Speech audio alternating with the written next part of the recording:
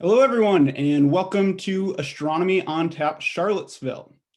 So thank you to everyone who is tuning in. This is our 10th event of Astronomy on Tap Charlottesville and our second virtual event. And so we're super happy to everyone that was able to tune in with us. So my name is Matthew Pryl, aka Buzz Lightyear, for the remainder of the evening. And I'm going to be leading us on our fun-filled night of astronomy. And so the first thing that we are going to do is I am going to walk us through what our plans are for the rest of the night. And so I'm going to go ahead and start sharing my screen to do that. And so we have two great speakers joining us for our main session. And that is going to be Nadia Drake and the founder of Astronomy on Tap Charlottesville, Trey Wenger, aka MC Space Odyssey, who's joining us all the way from British Columbia, Canada. So we're really excited to have both Nadia and Trey's talks for the night. And so for those of you guys that might be new to Astronomy on Tap, or for those that might want a reminder, Astronomy on Tap Charlottesville was actually founded about 2 years ago. Our first event was October 23rd of 2018. And I mentioned that it was founded by Trey Wenger. And so the purpose of Astronomy on Tap Charlottesville was just to bring astronomy to the public, bring it to in a very relaxed setting, and bring it to the Charlottesville community in a way to share astronomy fun with all of us. And so we've been able to do that for the past 2 years, and hopefully we can continue to do it virtually, and maybe in the future as well. All right, so let's talk through tonight's schedule. And so we're going to begin by first having a brewery tour and a discussion with Champion Brewing. So we're going to get to them in just a second. But following the Champion Brewery tour, we're going to have another welcome, and we're going to start the main event. And that's when Nadia Drake is going to be talking about OSMAT-6 and about the search for extraterrestrial intelligence, or SETI. Following that, we're going to have two sessions of trivia. We're going to have our main trivia game for the night, followed by a trivia game called Astronomy on Tap or the Universe, where you guys are going to have to choose between Astronomy on Tap Charlottesville, the obvious choice, or the Universe. I'd say no. And then finally, we're going to wrap up the event with Trey Wenger, aka MC Space Odyssey, the founder of Astronomy on Tap Charlottesville, taking over, and he's going to be talking about fast radio bursts and things that go bump in the sky. Sorry, not bump in the night. And then we're going to wrap that up with trivia and prizes. But first, we're going to begin with Champion Brewing Company. We're going to have a tour of Champion Brewing. This is Astronomy on Tap after all, so I got my shower beer from Champion Brewing today. Just picked up from their tap room with some food as well. And so for those of you guys that might be tuning in from outside of Charlottesville that might not have heard of Champion, they are a brewery located in downtown Charlottesville. They have a bunch of different beers, a bunch of constantly rotating taps, and some one-off beers in their tap room. And then they also have a nice casual menu from their kitchen. So I got a Philly cheesesteak today from them as well. And they actually have their outdoor patio open for the time being. So they have a nice, really spread out area. So for people to be able to enjoy the food outside really nicely. And so if you want any more information, you can check out their website as well at championbrewing.com. But for now, what we'll do is I'll stop sharing my screen. I'm going to go ahead and ask Sean Chandler to turn his video on and to unmute himself. All right, yeah, so there's Sean. Sean is actually the taproom manager at Champion, and he's going to be leading us through a brewery tour and then a discussion as well. And he's joined by Jason Okuza, who is the production manager. I think he's going to be walking around with the camera. There he is right there. So Sean, I'm going to go ahead. Oh, and before I do that, I want to remind people, everyone that's viewing, that there's a way to ask questions to all of our panelists for the remainder of the night. And so at the bottom of your Zoom webinar video, you should see a Q&A button that you can go ahead and click. And so if you go ahead and click that Q&A button and you write a question to us, you'll be able to ask Sean and Jason and all of the panelists throughout the remainder of the night any questions that you want.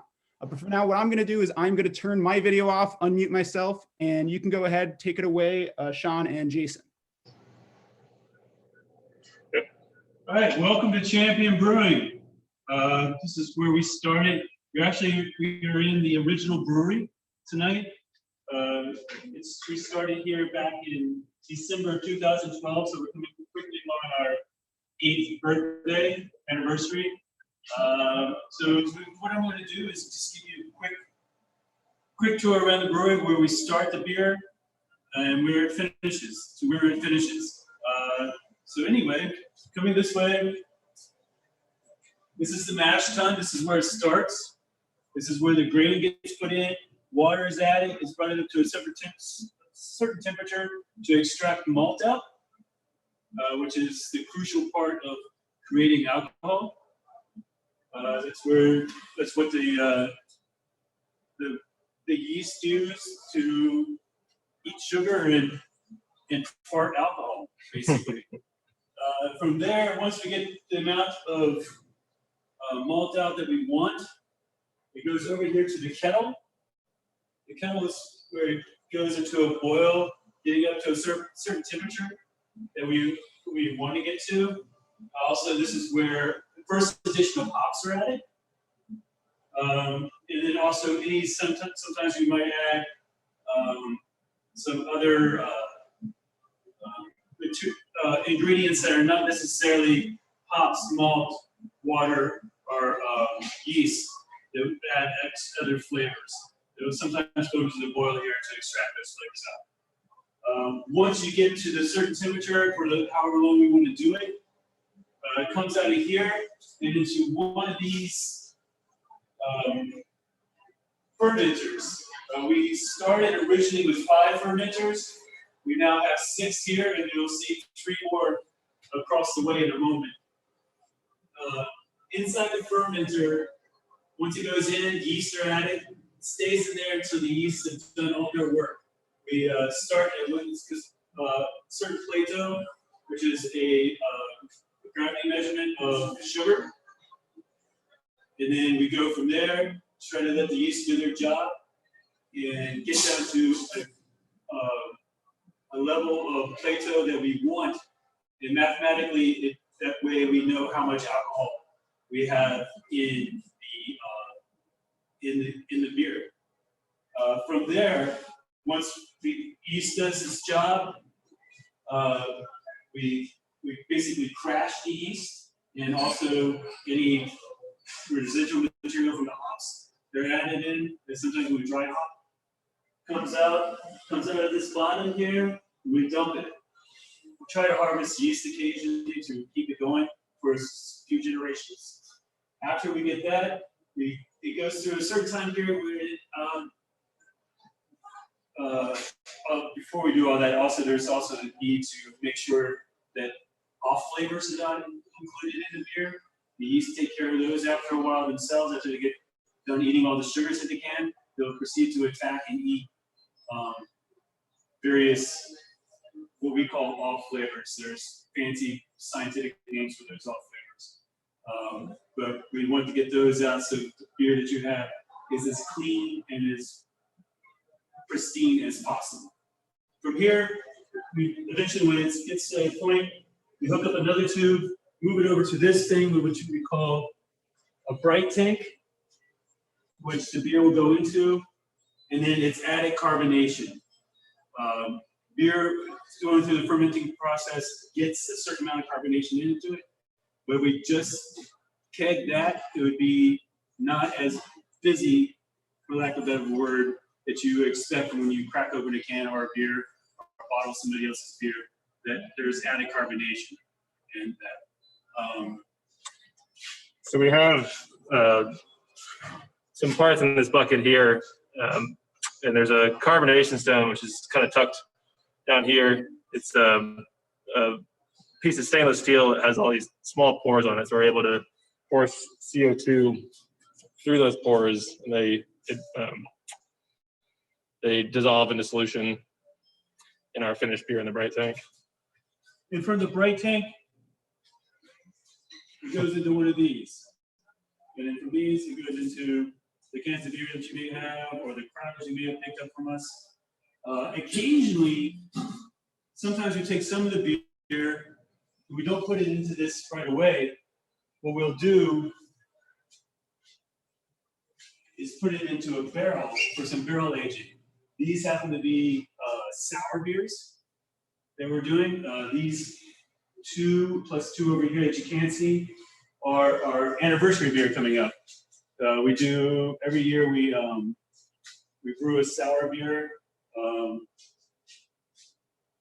We do a lot of sour beers, but we do a particular one for our anniversary beer. And depending on the year, we come up with a really good name for it that applies to the year that it is. It's a Tolkien reference. Last year was Seven Rings. Or no, actually last year was Seven Halls of Stone, based on the seven dwarf lords in their Halls of Stone. Three Rings we've done before, different things like that. So that's basically, in a very brief nutshell, what happens in a brewery. Actually, there's a lot more scientific things happen, counting yeast cells, things like that, in our bigger production facility. Just to give you an idea of how big our other production facility is, this right here, what you're seeing is a 7-barrel tank. A barrel is equivalent to 31 gallons of fluid.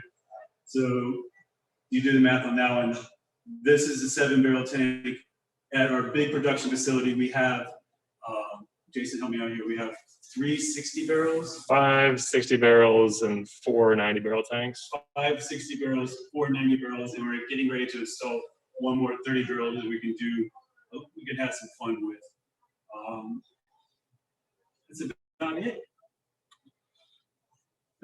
So we're just open up. If anybody's got any questions, we're happy to answer those for you.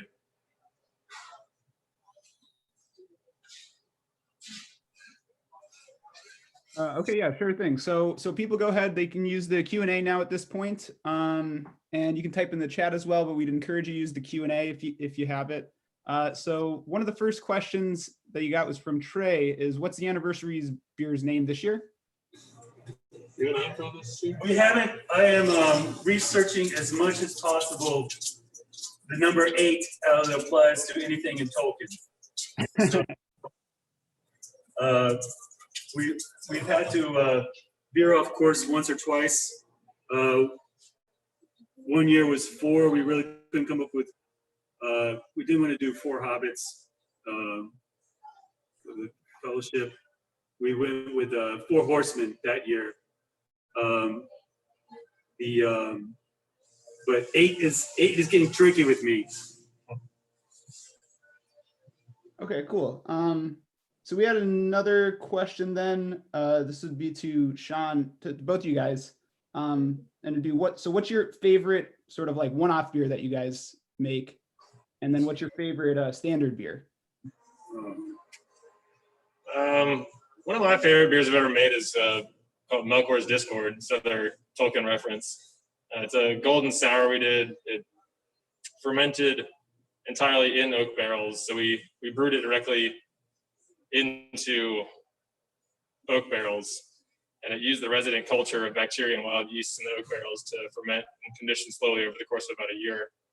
And it's a bright, sour, nice, juicy acidity. It has a lot of stone fruit, apricot-y, peachy flavors to it. I think it's one of the best sours we've done so far. I think it's pretty pervasive across our staff. I would think for me is one we made several years ago. It's called Ye Old Ale. It's basically it's an old ale is a very loose term. It is a large malty, high alcohol bomb of a beer, and it's pretty amazing. But then to the other end of that, what my favorite regular beer that we have is the opposite end of the spectrum, which is True Love, which is a Mexican style lager. Think more like along the lines of a Pacifico instead of a Corona. I love that beer. It's just easy drinking, great for summertime. It's great for like sitting around watching sports. Or it goes, it's just fun. Awesome. Thanks. So we have a couple other questions then. This one I think is most relevant, so I'll ask it now. When will the anniversary sour beer be available? If you know that. typically coincides with our anniversary party around the holidays, so that's what usually mid-December. Yeah, so this year, past several years, we've done this, our anniversary party based on when a local jazz musician has availability to play, Charles Owens. And it's usually a big thing. Right now, we're trying to figure out how we're going to make it all happen safely. We're probably going to do it outside in our big tent, hope for the best weather possible. So, and actually right now it's scheduled for December 17th, I believe.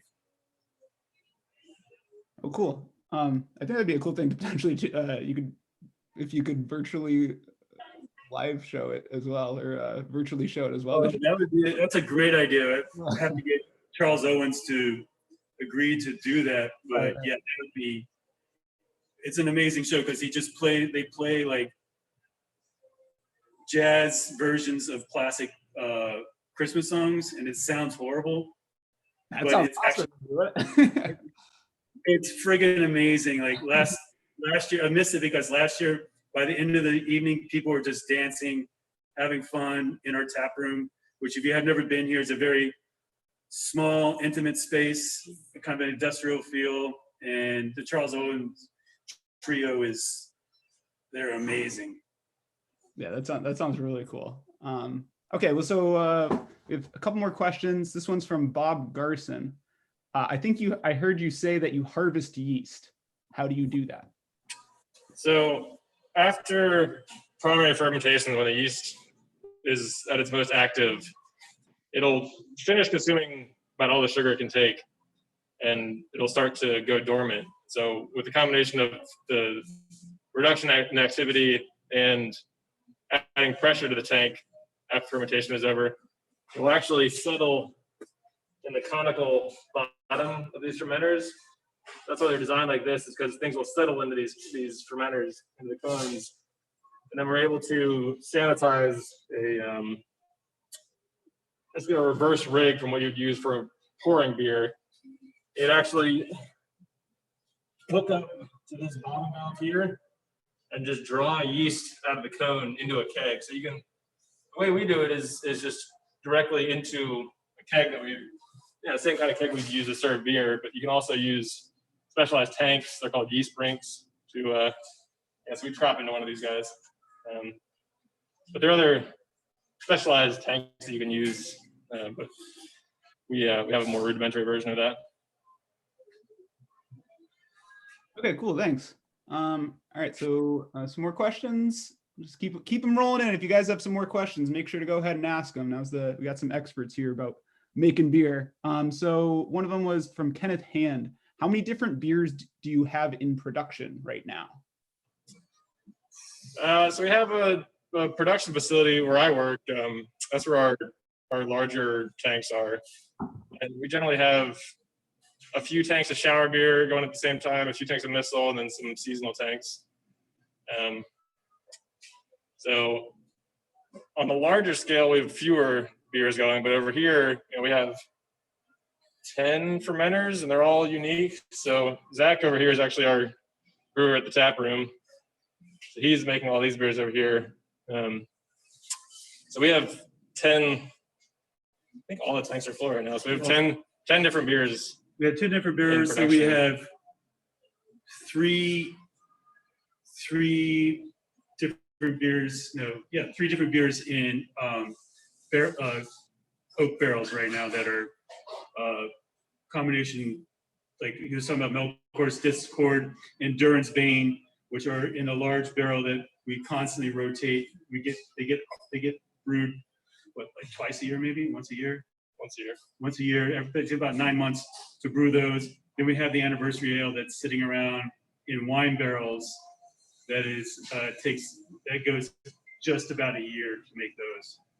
So I think it was our first year back in 2012, we made 50 unique beers just out of this place at the tap room. So I don't know if we're quite on that pace, but anywhere from, 30 to 60 beers a year, something like that. Yeah.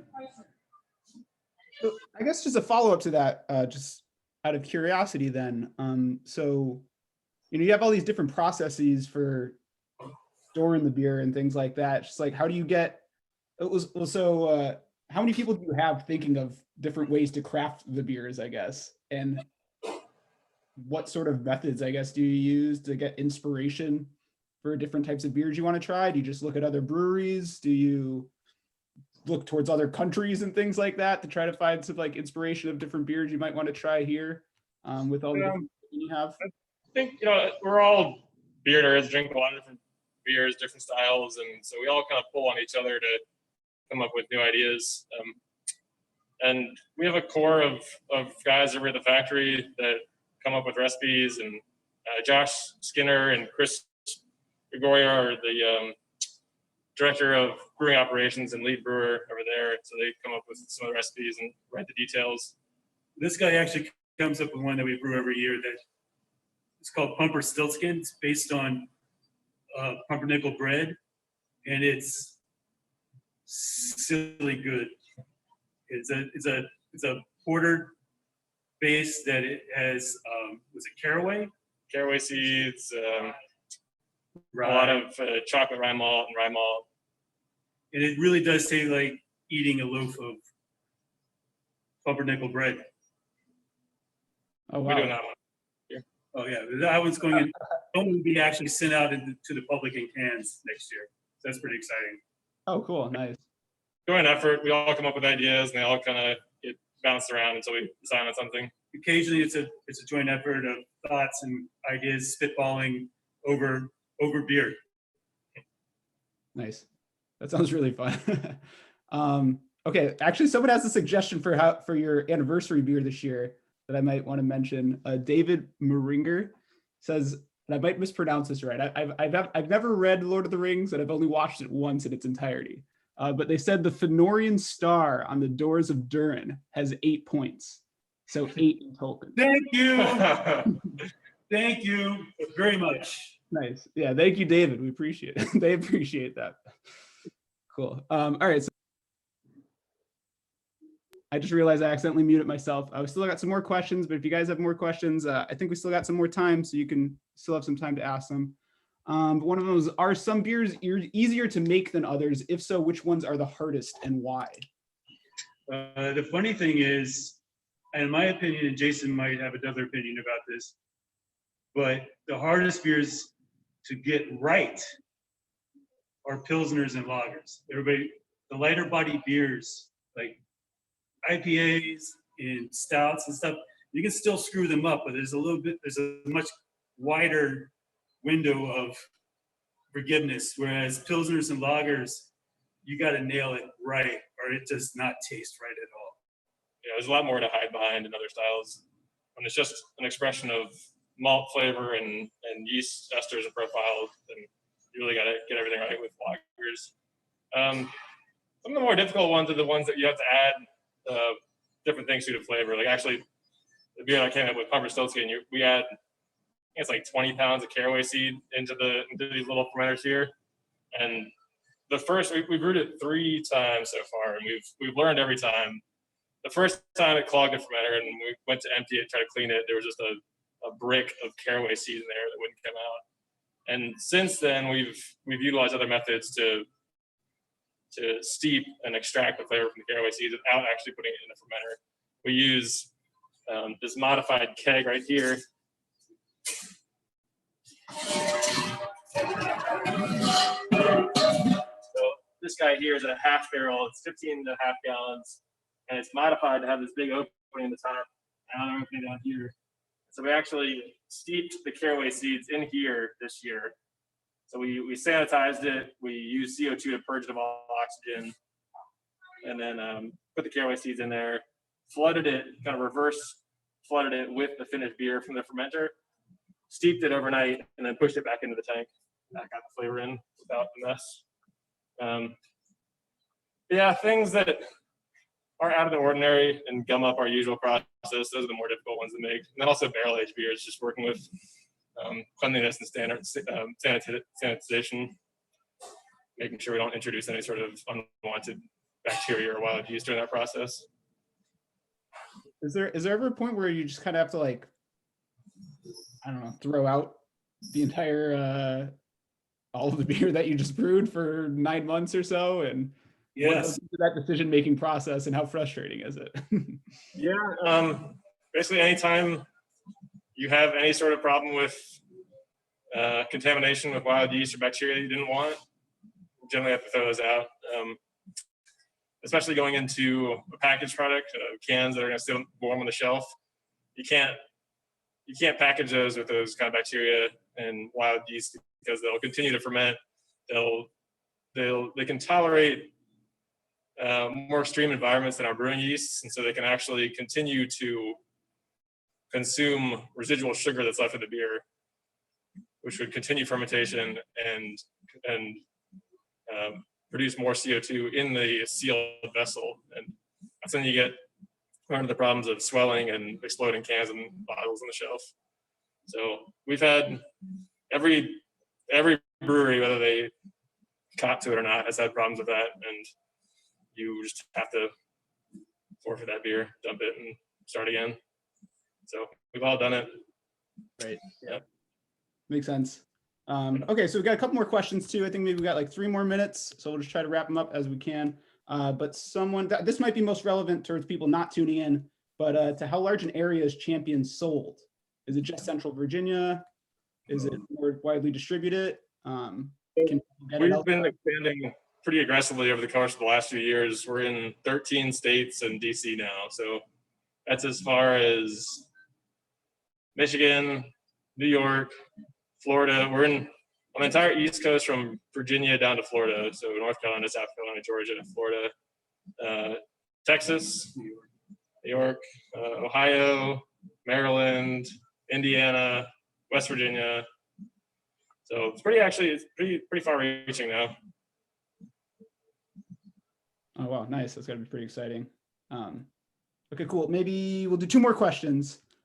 This is from Michael Lewis. He said, "Pardon if you mentioned this already. I just sat down to listen, but do you have beers for Oktoberfest?" We do. Got a couple left. 2 of them we just ran out of. So we brewed 4 traditional European style lagers for Oktoberfest this year. We had the 2 really traditional Oktoberfest beers, Fest Beer and Meritzen, are both out. They're gone. But they're two beers generally associated with Oktoberfest, Meritzen being the darker of the 2 and Fest Beer being the lighter. And then we did a Kolsch, which is a specific, it's a beer specific to a region in Germany, in Cologne. It's a very light-bodied, kind of hybrid style beer. It kind of toes the line between ale and lager. And then Lagerboy.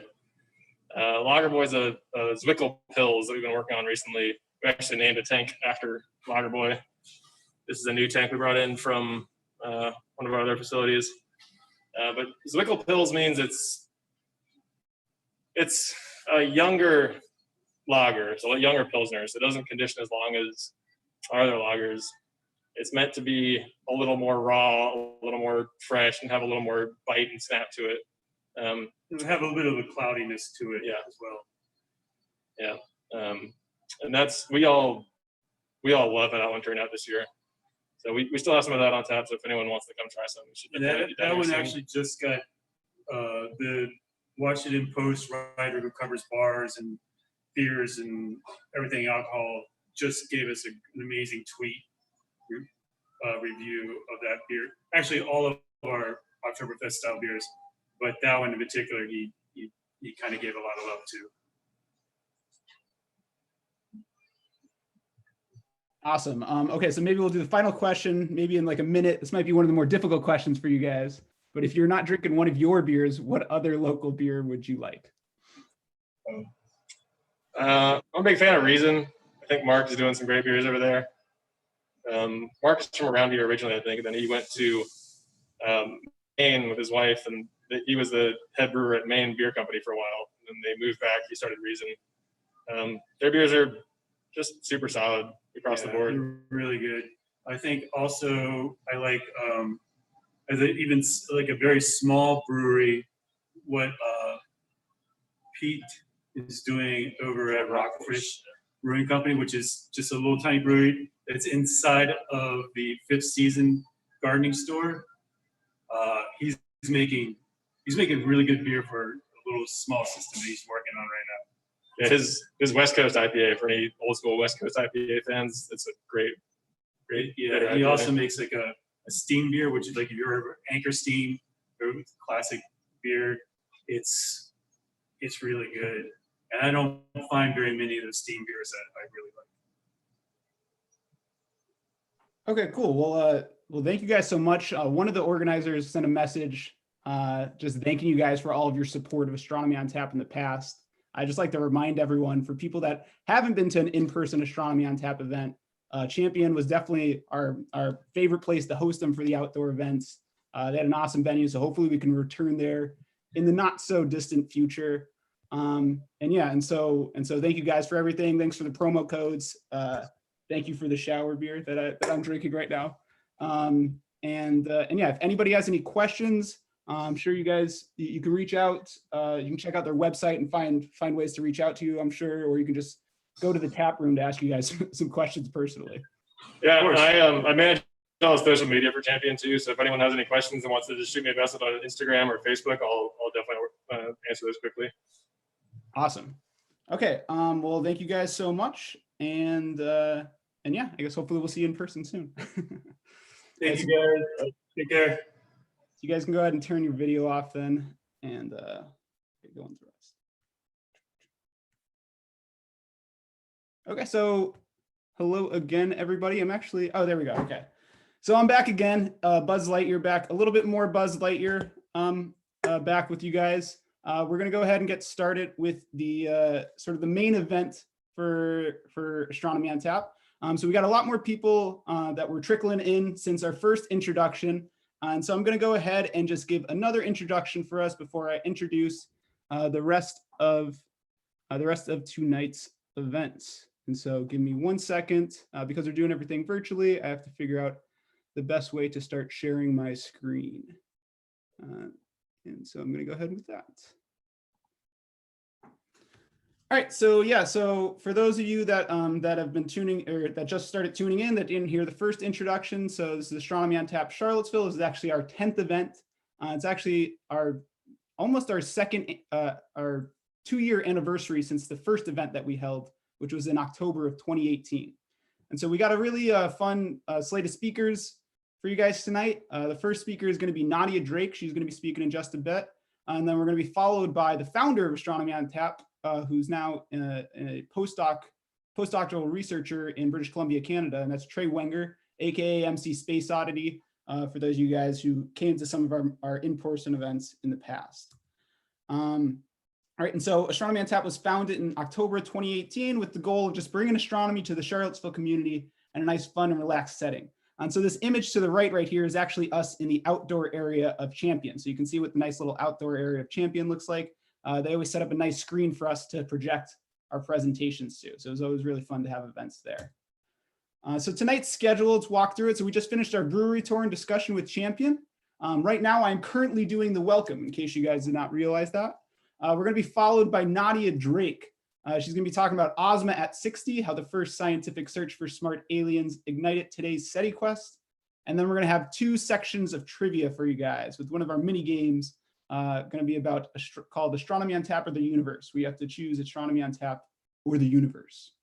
And then finally, Trey Wenger is going to wrap up the night with talking about fast radio bursts or things that go bump in the sky. And so typically at Astronomy on Tap events, we will collect donations to help us get materials for prizes and other things like that. But we don't need that because since we started having our virtual events. And so we like to take this opportunity to get donations for other places in the Charlottesville community that do some really great things. And so tonight we're actually raising money for the Shelter for Help in Emergency. The Shelter for Help in Emergency, they work to support and empower victims of domestic violence in the Charlottesville community through a combination of residential, community-based, and outreach services. And so you can donate to the Shelter for Help in Emergency at the link that we have on this right here. And I believe Catherine should be linking that to everyone in the chat as well. And so we weren't able to create a personalized page for this, so it'll just take you directly to their donation site. but anything that you'd be willing to give for tips or anything that you would typically be given to Astronomy on Tap Charlottesville, please help others in our community to make our community as great as we can possibly make it and as welcoming as we can possibly make it. All right, so now we always like to try to make things as interactive as possible during our in-person events. And so the way that we're going to do that for our virtual events is by asking you a set of poll questions. And this will actually help you guys that are tuning in figure out how you might be answering poll questions for our trivia halfway through the show. And so the first question that we want to ask everyone is, where are you watching from? And so Catherine went and she made a poll that's able to be clicked right now. You should be able to answer it. I'm going to go ahead and answer it. From Charlottesville. I'm just curious where everyone's watching from. We actually had a good amount of people tuning in from elsewhere outside of Charlottesville in the Virginia area last time. And so we'll let that poll go a little bit longer just to make sure everyone that wants to vote has the chance to vote. All right, so we can go ahead, I think, then and end that poll, and Catherine can go ahead and share that. So it does look like the majority of our viewers are turning in again from Charlottesville. About a third of our viewers are turning in from Charlottesville, with the rest from Albemarle County or elsewhere in Virginia. But we do still have a good amount outside of Virginia. So you guys can actually, you should be able to type in the chat. Let me go ahead and bring up the chat. You should be able to type in the chat where people are viewing from. If it's outside of Virginia, I can go ahead and read that. I'm able to see what people type in the chat, but people aren't necessarily able to see what other people type in the chat. It's good to see my family tuning in. So some people from Pennsylvania, and then Lauren tuning in from New Jersey. Hi to everyone. Thank you guys for tuning in. People from California, Kentucky, Canada, Pennsylvania, Colonial Heights. Nice. I like it. West Virginia, Connecticut. Awesome. This is awesome. It's so cool to the one benefit of having these virtual events is how much wider of a community we were able to create for the Astronomy on Tap Charlottesville community. So it's really awesome to be able to bring in as many people as we can. And Allison, hello to Allison as well. All right, so we can go ahead and launch the next question then. And that question is, what are you drinking tonight? And so I got my Champion beer with me. I have the Shower beer and the Missile IPA. And so while this is Astronomy on Tap, we recognize that not everyone might be drinking alcohol tonight. And so we took your feedback and gave some water and coffee, tea, and soda options apart from the last one. But I am drinking beer tonight. And I am in the midst of finishing my thesis. So there's a chance I may be drinking beer for the next 2 weeks as well. No, I'm just kidding. All right, so we got a good amount of people filling out that as well. Okay, so I think we can go ahead and, we can go ahead and stop that poll. It does look like the majority of people are drinking beer. Hopefully a good amount are drinking Champion beer. You guys might have made use of the Champion, the promo that Champion was kindly offered to us for this event. A good amount of people drinking water though. Water just one behind, almost took over the beer. You got some people on the liquor trade, nice, and soda and others. So cool, nice. We got a nice little variety. Still got our Astronomy on Tap going strong though. Okay, third question tonight. What is your astronomy experience? So we try to reach as wide of an audience as we possibly can, but we recognize a lot of our fans are some of the more experienced people in astronomy, but it's always nice to get people from outside of it as well. It does look like we got a lot of fanatics turning in. And nice. I always love people that are choosing the none option. It's always great that there are people that have no astronomy experience at all that are tuning in. That's awesome. If you guys, we're going to have a feedback form at one point. If for whatever reason you could answer why you tuned in, that would be great. So we can reach out to as many people that don't have any astronomy experience as well. All right. So I think, Catherine, you go ahead and make those results public. So yeah, the majority of people are fanatics, which is nice. Got a good amount of professionals and some amateur astronomers as well. I would fall into the astronomy student category for about the next maybe 2 months before I'll move on to another one. Okay, but nice. Now we're going to get to two of the more fun questions, I think, of the night. The first one being, are you dressing up for Halloween this year? And so I will probably be dressing up for Halloween this year. I might be dressing up in my Buzz Lightyear costume. I actually have another costume with me as well. This is my alien friend. I used to wear this alien costume basically from maybe 5th grade up until I stopped going trick-or-treating. I would wear this alien costume around. It no longer fits me as well. My head doesn't fit in as nicely as it used to. My head's gotten a lot bigger, as you can probably tell from the way that I'm speaking over the course of the past 2 events. But I still would never, too nostalgic to ever get rid of this alien buddy for me. And plus, we have to talk about SETI, so we have to have the alien friend with us as well. And so it looks like, unfortunately, majority of people are probably not wearing Halloween costumes this year. I'm curious what people that aren't dressed up in astronomy themed costumes, what your costumes might be. You can go ahead and type that in the chat, and maybe I'll call it out when I get a chance. Pikachu.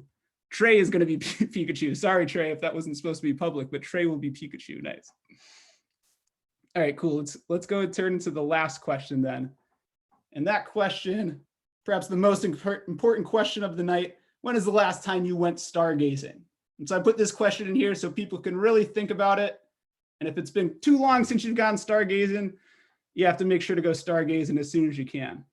Nothing makes me feel better than sort of laying on my back and just really taking in the stars. I have my telescope that I set up sometimes out in my front yard that I go ahead and look at Jupiter and Saturn recently. Mars has been nice and pretty bright. Mars doesn't look that spectacular through a telescope, but it's still always existentially cool to think that you're looking at Mars. But yeah, it looks like there's a good amount of people that have been stargazing pretty recently. That's pretty cool. For those people that it's been about a year or too long to remember, next clear night, you should go out and actually observe the stars. Trust me, you will appreciate doing it for sure. Okay, well, I think that wraps up our sort of getting to know everyone portion of the night. And now we're going to actually turn towards some of our, I went a little bit over time. That's okay. Some of our actual talks. And so the first talk is going to be by Nadia Drake.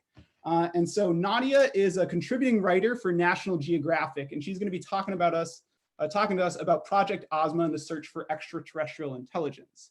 And so unsurprisingly, Nadia wrote an introduction that was much better than anything that I was able to write for her. And so I'm going to go ahead and read that for all of you guys right now. And so she's a science journalist who specializes in astronomy, astrophysics, and planetary science. But she notes she tries to spend as much time reporting from the jungles as possible, as you might be able to tell from maybe this image. I'm not quite sure. She's also written for the New York Times, The Atlantic, Nature, Scientific American, and others. And her academic background is in the life sciences, and she got a PhD in genetics, and she has a graduate certificate in science communication. But again, tonight she's going to be talking to us about Project Ozma and the search for extraterrestrial intelligence. And so Nadia, I'll go ahead and ask that you turn your video on, and I'm going to go ahead and stop sharing my screen, and you can go ahead and take over. Okay. Thanks, Matt. I appreciate it. I just wanted to say that we are probably not dressing up for Halloween this year, but we will be dressing up the dog because she wears costumes, and she will likely be a taco. Okay, I'm going to start sharing my screen. Make sure this works.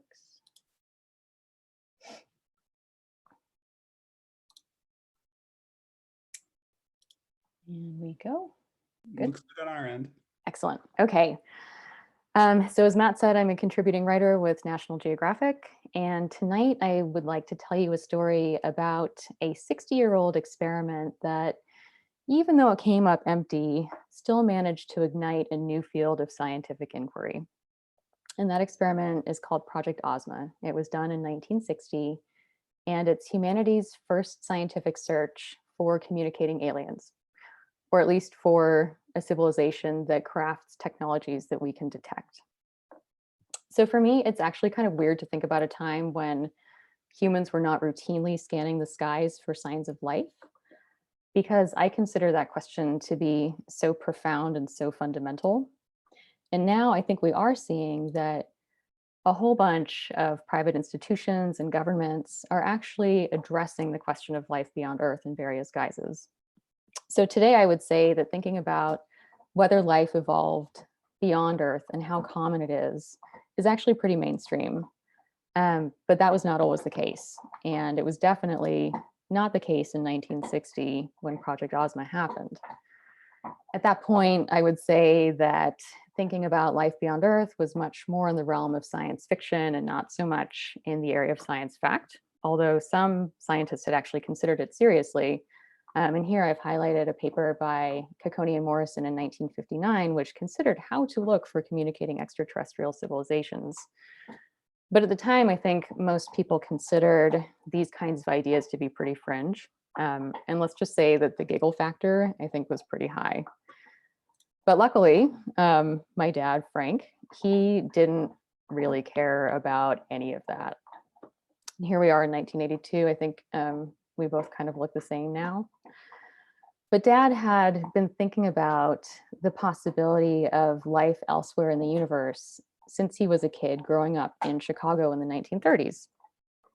And at that point, his dad, my grandfather had said to him that there were other worlds in space.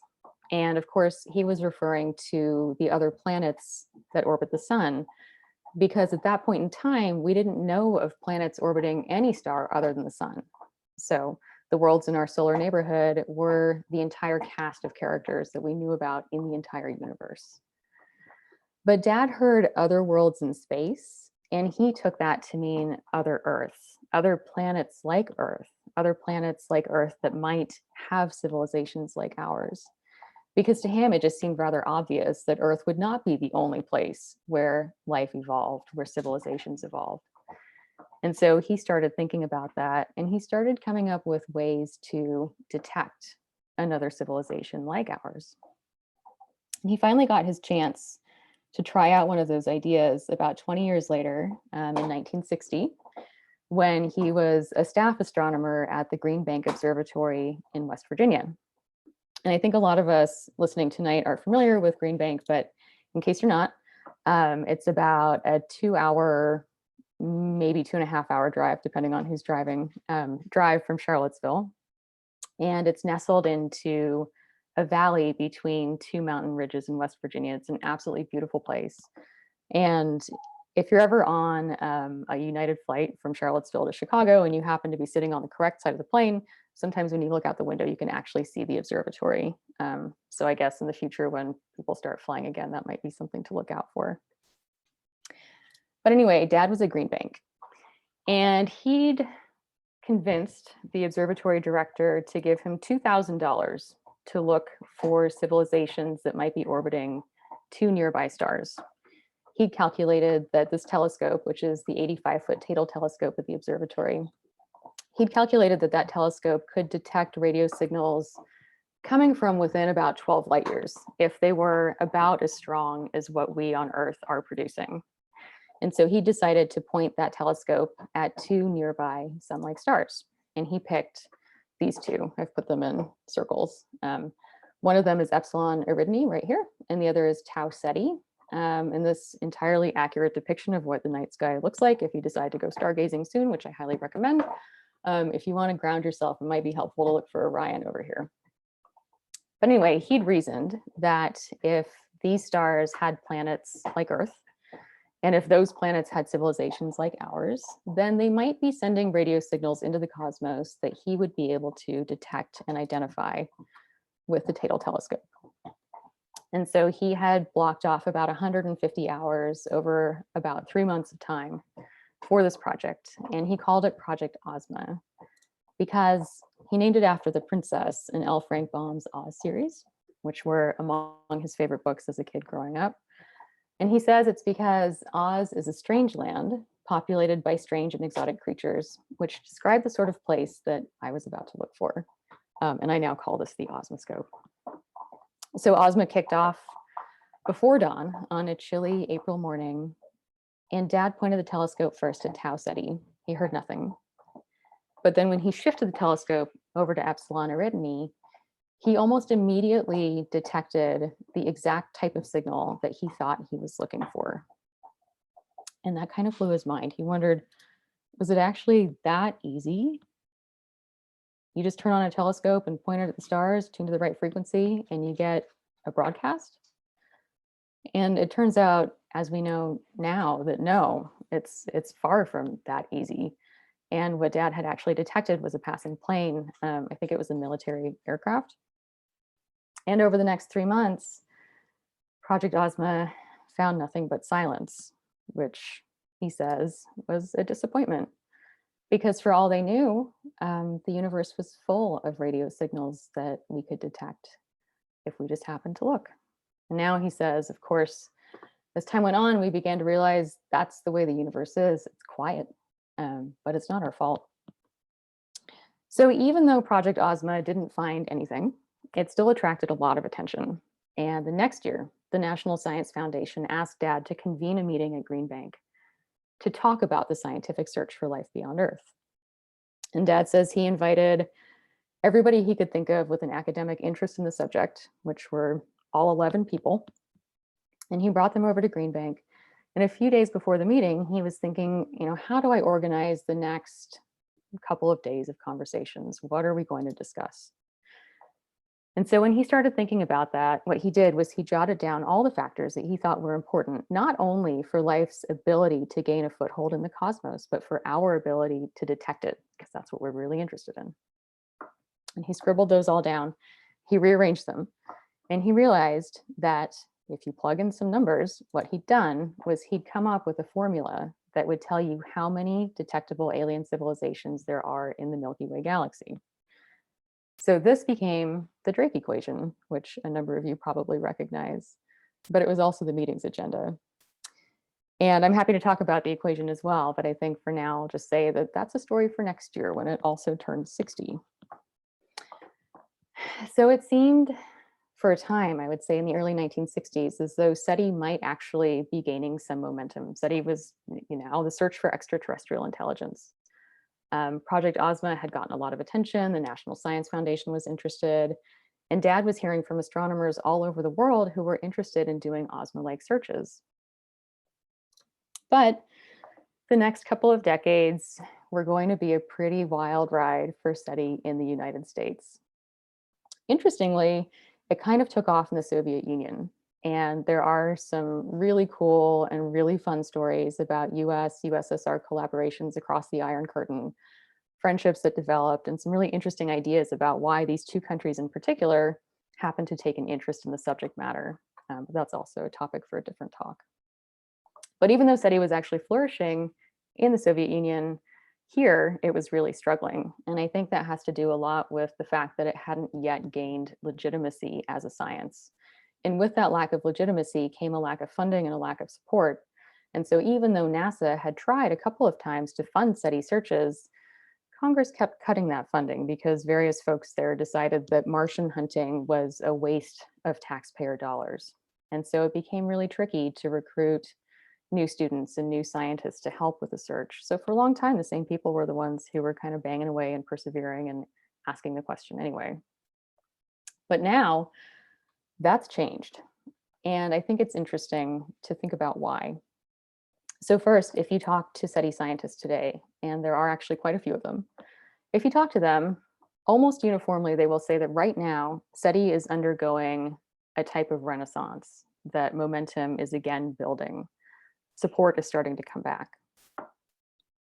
And so why? When I ask them why, what's happened recently to help fuel that momentum, they almost uniformly give me the same two answers. One is exoplanets, the discovery of planets orbiting stars other than the sun. And two is the fact that right now, the most ambitious, the most comprehensive SETI search that has ever been done is currently going on. So what do exoplanets have to do with anything? Remember I told you that in 1960, there was no evidence that there were planets orbiting stars other than the sun. Planetary formation theories suggested that planets should be common, but we hadn't actually seen them. We didn't know for sure that they were there. In 1992, scientists discovered the first planets orbiting a star other than the sun, and it was a decidedly unsun-like star. This was a dead star. It was a stellar corpse, a neutron star, a pulsar, something spinning incredibly rapidly that unleashes radio waves that appear as though they're pulses by the time they wash over Earth. This was where the first planets were found. 2 years later, in 1995, scientists found the first planet orbiting a star other than the sun that was actually kind of like a sun-like star. This world, called 51 Pegasi b, is about 50 light years away, It's a giant Jupiter-sized planet that whips around its star once every 100 or so hours. So it's incredibly hot. And by any definition, it's completely and utterly uninhabitable to life as we think that we know it. But what it did tell us was that planets do exist around sun-like stars. And sometimes they can be really weird, and they can be the type of world that we don't even see in our own solar system. And over the next 25 years until now, which is a quarter century and kind of weird to think about, scientists have found thousands and thousands of exoplanets, including actually around Epsilon Eridani and Tau Ceti, the two stars that Dad had targeted. He didn't know there were planets there at the time, but it turns out they both have them.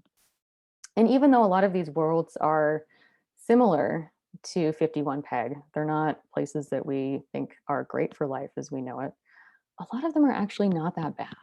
And so on this slide, I have in the upper left-hand corner, Kepler 186f. This is the first Earth-sized planet that was found in the habitable zone of its star. And that's a region around the star where temperatures are just right for liquid water to be stable on the planet's surface.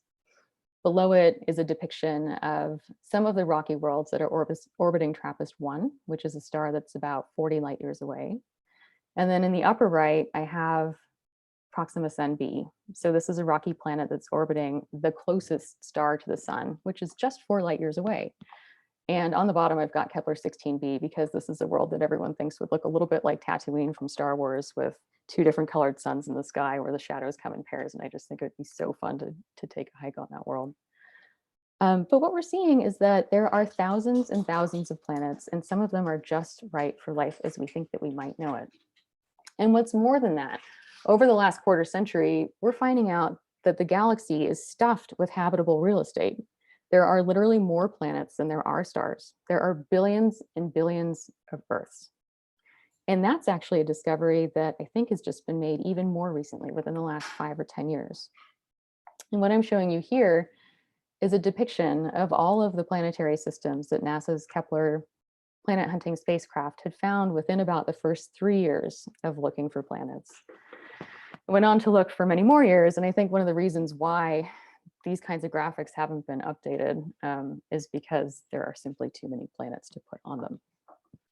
But so in addition to finding out that planets are common, scientists are also revising their ideas about where we might actually be able to live.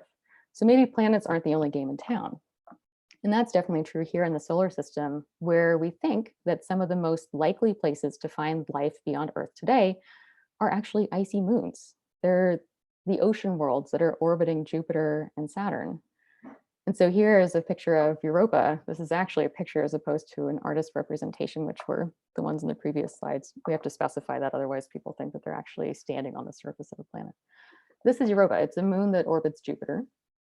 And there's a vast global ocean that's tucked beneath its icy shell. And scientists think that it has all the ingredients that we need for life as we know it. So all of this has been a huge revolution in understanding, and it's shown that there are many, many places where life can actually gain a foothold. So Jill Tarter at the SETI Institute actually put this much more eloquently than I just tried to do, where she says that what we've learned about our environment in an astronomical sense is just making SETI an inevitable question. You're forced by the science that has come over the past decades to take that next step. In other words, it's not so much of a leap in logic from thinking about habitability to thinking about technology. And what Jill has also done recently is that she's coined the term technosignatures to encompass what we might be looking for when we're thinking about searching for intelligence. So it's not just radio waves anymore. Scientists are also looking for brief pulses of light, either in the optical or the infrared. We're also thinking about whether it might make sense to look for waste heat generated by humongous structures that help to harness the energy from their stars. We're thinking about looking through astronomical observations and training artificial intelligence to pick out anything that's just a little bit weird, a little bit that our human minds might not conceive of as being a sign of intelligence. So all of that is happening now, in addition to the fact that we are still also looking for radio signals. And that's the second thing that SETI scientists mentioned as being especially relevant now for the current renaissance, is that right now, the most ambitious, the most comprehensive SETI search to date is going on, and that's called Breakthrough Listen. And this kicked off in 2015, and it's funded by Yuri Milner, privately funded. And what Breakthrough Listen is it's a 10-year, $100 million search for signs of life around the nearest million stars. And this is big. This is a lot bigger than any SETI search that we've done so far. Now, Breakthrough Listen is based at UC Berkeley, but it's using telescopes around the planet, including in South Africa, in Australia, and in Green Bank. And so I've put here a picture of the GBT, the Green Bank Telescope, the Great Big Telescope, which is one of the search's primary instruments. And it was actually kind of peeking over the shoulder of the Osmoscope in some of the earlier slides. So it's kind of a nice full circle. But so in addition to having breakthrough happening and the rise of astrobiology as a very respected field, what we're also seeing is that it's now easier to recruit students. It's easier to bring people into SETI as researchers because now there's support, there's funding, and we can say, you know, it's possible that you could actually get a job doing this, whereas before that was a major challenge. And NASA right now is again starting to fund some of the efforts within the community. And we're seeing that universities are starting to teach SETI courses. They're starting to specifically recruit students with the goal of training them to do SETI. And so this is all really exciting to me because it's happened rapidly. It's happened over the course of my lifetime, and I can see the change even now. But what's next? What are we going to do? Dad says that today's searches are 10 to the 14th times more powerful than what he did with OSMA in 1960. But we still haven't found a single credible, confirmed sign of life beyond Earth, intelligent or not. And to me, that's disappointing. It's surprising. Because when I look out at this image, which is the Hubble Deep Field, the Hubble Ultra Deep Field, this is a patch of sky that's about the size of your thumb tip, if you hold it up. There's so many galaxies in there. It's remarkable how much is out there.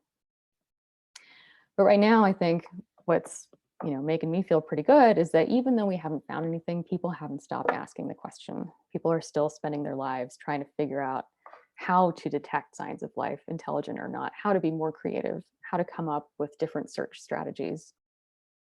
And to me, that makes a lot of sense. I probably am a little more biased in the amount of importance that I place on this question, just based on who I grew up with. But to me, the question of whether we're it, of whether there's anything else out there or anyone else out there, is one of the most profound questions that humans can be asking.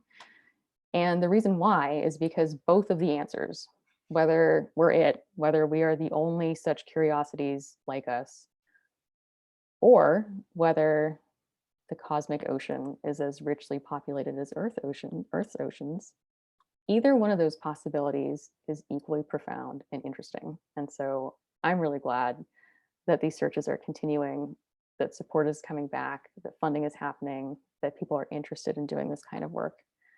And so thanks, Dad, for starting all of this 60 years ago and being brave enough to do something that a lot of people probably thought was pretty nuts. Awesome. Thank you so much, Nadia. That was great. Welcome. So cool. those last quotes, though, one of the things that sort of like keeps me existentially up at night is like the thought of, is there life elsewhere or is there not? They both are like both fundamentally like scary for me. So I always love when people talk about and try to consider those questions. I guess I should turn my video on. You can go ahead and stop sharing the screen as well. Okay. And I'd like to remind everyone, so we have about 5 minutes for questions. And so you guys can go ahead and ask Nadia some questions in the Q&A session. And so one of the first questions is, what is the easiest way for a person to do radio astronomy at home?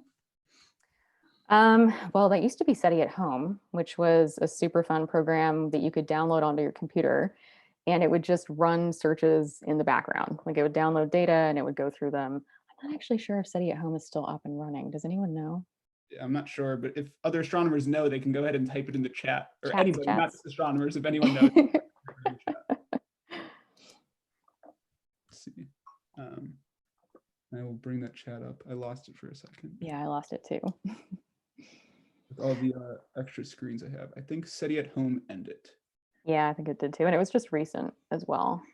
Yeah. But yeah, what you said about both possibilities being frightening, that either life is super common or it's not, Yeah. is so true. And for me, it's almost more intriguing if it's not common, but I just can't fathom what kinds of probabilities would have to be working against us for that to be the case. Yeah, sort of on that train of thought then, like existentially, would you be satisfied with like discovering microbial life on like Mars or something like that? Or would you feel like sort of unfulfilled if we didn't sort of find like an intelligent type of life in your lifetime? I'd be happy with anything right now. Yeah. I feel like there's something very profound about being able to say hi, and having a conversation and receiving a response. But even any sign of life right now, I will completely take it. Like, absolutely. Yeah, for sure. Yeah. Okay, so I'm going to mark that. So we have a comment from Fred Sunderman saying, I believe that it's just a matter of time before there are positive SETI findings. We've only been looking for 60 years, which is not a very long time. So yeah, I think that's a nice little positive thought on that for sure. Definitely. And someone asked, what about Kepler 22b? That might have been earlier in the talk. I don't know if you have thoughts about that. I'm not sure what the context was. Well, Kepler 22b, I think that planet was announced in December of 2011. And that was the first, I think it was the first super Earth that Kepler had found, and it was pretty warm. It was in an orbit that was supposedly habitable. But if I'm remembering correctly, and it's completely possible that I'm not, that planet was a super Earth, so it would have a climate that was probably going to keep it not exactly friendly for life as we think we know it. But again, one of the other things that really bugs me about thinking about life beyond Earth is that life as we don't know it is almost certainly more common, right? Yeah. The universe is a lot more creative than we are. So, yeah, unfortunately. Well, fortunately. Yeah, I guess that's probably a bit more fortunate than not. All right, I think maybe we have time for one more question. It's a pretty long one here, so I'm going to go ahead and read that one for you. So wonderful presentation. Very exciting new developments. Curious if you have any insights into the computing part of SETI. As I recall it being one of the largest collective computer power efforts using SETI's screensaver, but wasn't sure if that's still happening or if it's more focused on gathering the data. Or alternatively, since you mentioned the Hubble Deep Field, is that something we've surveyed for communication signals, or is it presumed to be too far with stars in our galaxy that are candidates? So a lot packed in that one. There's a lot in there.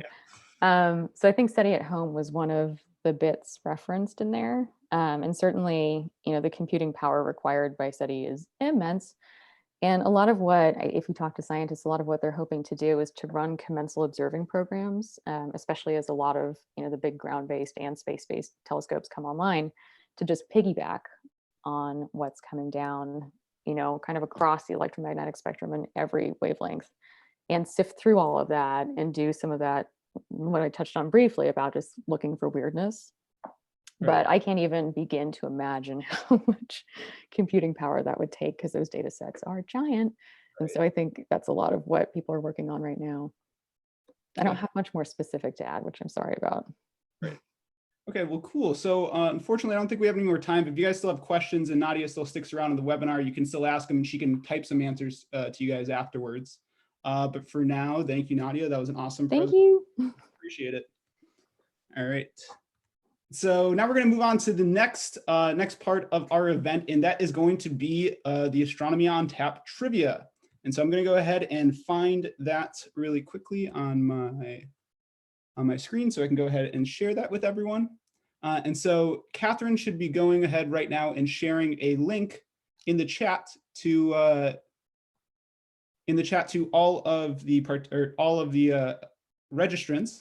And so you guys can go ahead and click on that link. And so we had some comments from their feedback form last time that people didn't feel like they had a lot of time to actually do the trivia. So we're going to do that one by one. We're going to take a minute to try to answer each question as they come along. And so you guys can go ahead and pull up that Google form and you can fill it out as you go along. And so I'm going to start sharing my screen now. And we're going to go through our Halloween themed questions one by one. And so the first question is, the official colors of Halloween are orange and black. The now famous image of the black hole in M87 was also orange and black, as you can see on the right, although this is only because it is the color scale the astronomers chose to use. What is the orange stuff in the picture mostly comprised of? So is that hot dust and gas, lots of closely packed stars, black hole material, dark matter, or candy corn? So I'll give you guys maybe 10 or 15 seconds to sort of talk that through with anybody that you're watching with at home. And I'd like to thank Jacob White for putting together these 10 set of trivia questions for us. So very much appreciate that. All right, so we're gonna go ahead and move on to the next question then. So trivia question number 2, the sun will eventually die, but we don't think it will become a spooky zombie roaming the streets of the solar system. What do we expect the sun and sun-like stars to turn into at the end of its life? Is that a black hole, a quasar, a white dwarf, a pulsar, or a zombie? Nice little reference to Zombieland there as well. Let's give you guys a second to think through that as well. Let's see if my alien friend has any questions for me. Okay, so we're going to move on to question number 3. A regulation size witch broom must be between 32 and 48 inches. The Witch's Broom Nebula, however, which you can see on the right, is much longer. How long is it? Is it 35 feet, 35 miles, 35 astronomical units, where an astronomical unit is the distance from the Earth to the sun, 35 light years, that's the amount of, or that's the distance that light can travel in 1 year, or 35 space units, very spooky space units. All right, so we're going to go ahead and move on to the next question. Question number 4. So this is actually our Facebook trivia hint. So if you guys, and for future Astronomy on Tap events, if you want some help with the Astronomy on Tap trivia, you can go ahead and like us on Facebook. That's probably the best way for you guys to actually find out about future events as well. We also have a mailing list that we email updates to for when we're having our next event. So you can go ahead and fill out at the end of the Google form. We can add you to that as well. So Halloween and fall mean the arrival of cold weather and pumpkin spice lattes. Space can also be cold, provided that you're not too close to a star. How close is space on average? So these 5 options here. I'm leaning towards room temperature, but I'm not quite sure about that one. All right, so question number 5. Black holes are like the ghosts of the astronomer world. We can't see them, but we can feel their presence. And speaking of black holes, the 2020 Nobel Prize in Physics was just awarded for black hole research. Professor Nadia Drake, one of the Nobel laureates, produced the above animated GIF of stars orbiting the black hole in the center of the Milky Way. Which of the following is needed to explain the orbit of star S02, the yellow path seen above? Is that black body radiation, special relativity, Newton's 4th law, general relativity, or space force?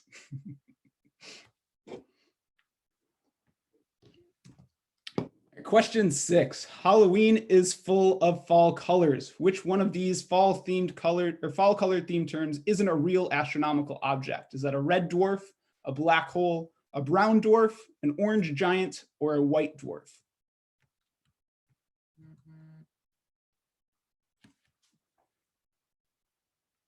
Okay, so I'm going to slow down just a little bit based off of some feedback. And I got some great feedback from Trey where he said it's pronounced GIF. And that's how I pronounce it. So thank you for giving me that great feedback, Trey. So question number 7. In space, no one can hear you scream. But why? A, the oxygen content is too low. B, the pressure is too low. C, the entropy is too high. D, microgravity prohibits sound propagation. Or E, the aliens turn the volume down. I'm just hoping he slowly doesn't come closer and closer to me. It might be pretty spooky, especially because I can't see my camera when I'm actually sharing my screen. All right, so we're gonna go ahead and go to question 8. After pumpkins, nothing says Halloween more than a black cat. While we don't know if there are actually any cats in deep space, the Cat's Eye Nebula, which you can see from this awesome image on the right, may not be the best place to start looking. Why? A, because it is inside Mercury's orbit, so it's way too hot. B, because it is an exploding black hole. C, because it is a red giant star shedding material. D, because it is the first image of the Big Bang. Or E, it's really cool. Can we please just look there anyway? All right, so I'll give you guys a couple of seconds to talk through that one. I'm sure there's some fierce back and forth that's going between the people tuning in. So question number 9, to make Halloween extra spooky this year, we will have a full moon on October 31st. The moon can use its special moon powers, mostly gravity, to influence us on Earth through processes like tides, which is actually one of the chapters of my PhD thesis about. So which of the following is also being caused by the moon? A, the seasons, B, the slowing of Earth's rotation, C, the precession of Earth's axis, D, the length of Earth's year, or E, free Wi-Fi.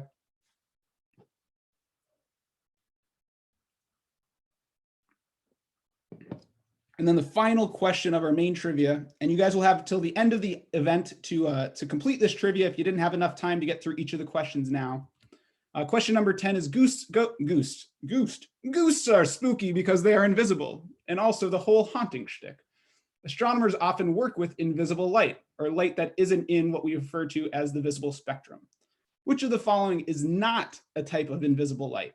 Is it gamma rays, radio waves, microwaves, ultra-red lights, or X-rays? So I'll give you guys a couple more seconds to think of that. And so if you guys want to be considered for any of the prizes that we'll be able to mail to you guys with all the money you've been able to donate in the past to Astronomy on Tap, you can go ahead and make sure to fill out your name and your email on the trivia form as well, and be able to maybe mail you some of those, some cool coasters, some books, or potentially some of those posters that we typically would give away for in-person events as well. All right, so that actually wraps up the main trivia portion of the night. But now we're going to get to one of my favorite parts, and that's sort of the silly side of astronomy, the sillier side of Astronomy on Tap. Although now that I'm looking at my background, I'm pretty sure everything's sort of the silly side, besides when the presenters are actually presenting. And so that is going to be our mini game, which is called Astronomy on Tap or the Universe. And so I'm going to set that up on my screen. And I almost accidentally clicked leave right there. And then I'm going to start sharing my screen as well.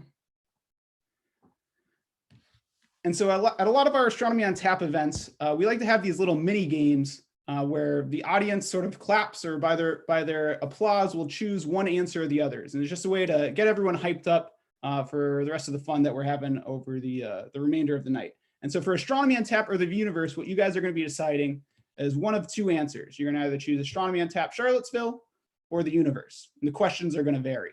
They're going to start pretty easy with the first example, and they're going to get quite hard. And the way you're going to answer your question rather than applause is you're going to actually fill out those polls like we had used before. And so the first question, this is just an example so you guys know how to use the polls. Which has more stars, Charlottesville or the Milky Way? You go ahead and fill out that poll. Just so I know that everyone has the polls working and they are sort of engaged in actually filling it out. Looks like one of them's sort of taken the lead, but there are some people that are considering the less popular option, I'll say. All right, so I think we can go ahead and close that. Yeah, and it turns out that yes, it is the Milky Way. The Milky Way has a couple hundred billion stars. And Charlottesville does not have any star, although I was told in chat that I am a star. So thank you to that person in chat telling me that I am a star, but that is incorrect. And so the answer is the Milky Way. So now it's going to get a little bit more difficult. And so the real first question is, which is greater? The Astronomy on Tap Charlottesville speakers we have per year, or the Milky Way stars formed per year? So keep in mind that we have about 5 events per year, and this is our 2-year anniversary. So how many Astronomy on Tap speakers do we have per year, or Milky Way stars formed per year? This one's a little bit more even than the other one.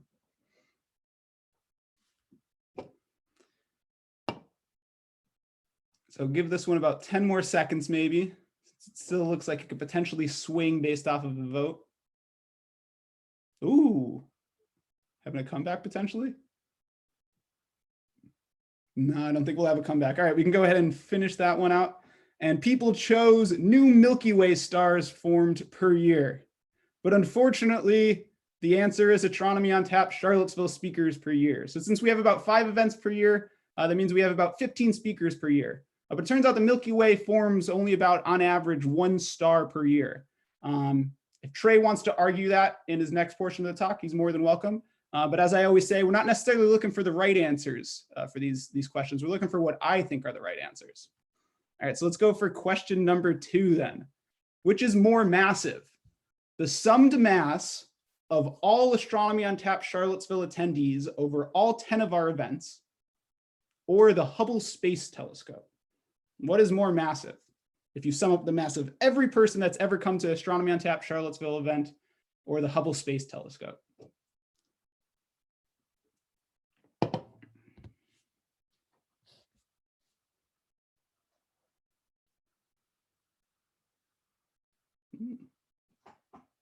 People seem to be pretty confident about this one. Nice. This one's going to be a little bit tricky. All right, so I think we can go ahead and close that poll then. So with about 70% of the vote, people chose the summed mass of all Astronomy on Tap Charlottesville attendees, and they would be correct. And so the way that I did this approximation was we have about 100 people per event, and we've had 10 events, and the average person weight is about 60 kilograms. So that leads to 60,000 kilograms, which is more massive than the Hubble Space Telescope. All right, question 3, which is shorter? The time since the first Astronomy on Tap Charlottesville event, which was in 2018, or the time it takes light from the nearest star to reach the Earth? And so we go ahead and launch that poll. Whoops, no. Nobody saw that.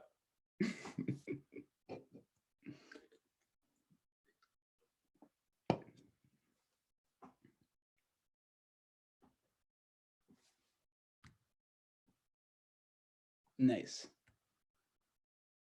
All right, so this one's a little bit closer, but with 60% of the vote, I think we can go ahead and close that one.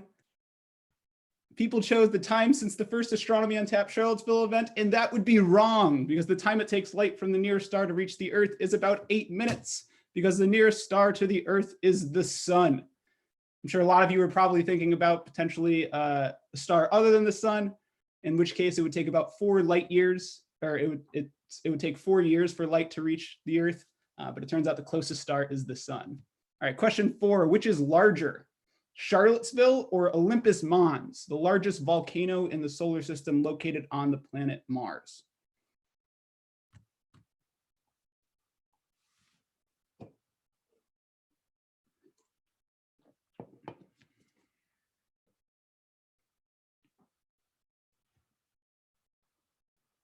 So it looks like this one was overwhelmingly chosen. So I think we can go ahead and wrap that one up. This one was overwhelmingly, people chose Olympus Mons, which is correct. Olympus Mons is actually, if you were to take it off of Mars and put it on the Earth, it would be about the size of the state of Arizona. In fact, from base to the tip, Olympus Mons stretches about 15 miles, which is about 3 times the size of Mount Everest. In fact, because Olympus Mons is so wide, but not so tall, if you were standing on it, you wouldn't really even notice that you were on a mountain because the degree of incline would be so small. So let's go ahead and go to question 5 then. Which is greater, the population of Charlottesville or the amount of stars in a globular cluster?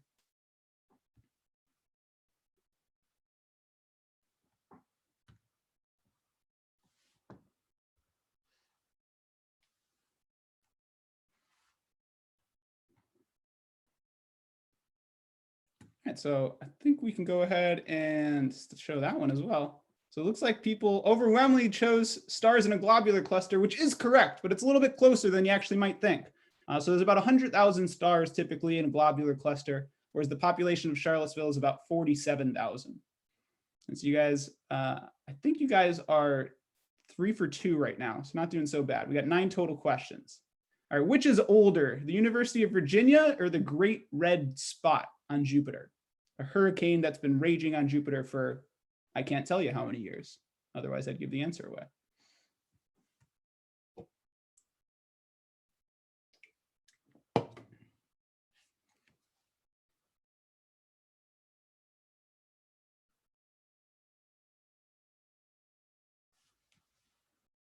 All right, so I think we go ahead and publish that one as well. And so yeah, people chose the Great Red Spot, and that is correct, I think. So this is actually a little bit more controversial than I had originally intended. And so there's some believed writings of observations of the Great Red Spot on Jupiter existing about 360 years ago, but people can't confirm if that's the exact belt that they were observing of the Great Red Spot. We do know for sure it's been around for at least 150 years, but people believe it's been much longer than that. We don't know quite for sure. All right, so 3 more questions left. Which is greater, the number of breweries in Charlottesville or the number of rovers on Mars? So I think you guys are 4 for 2, which means you have to just get one more right to get more right than wrong.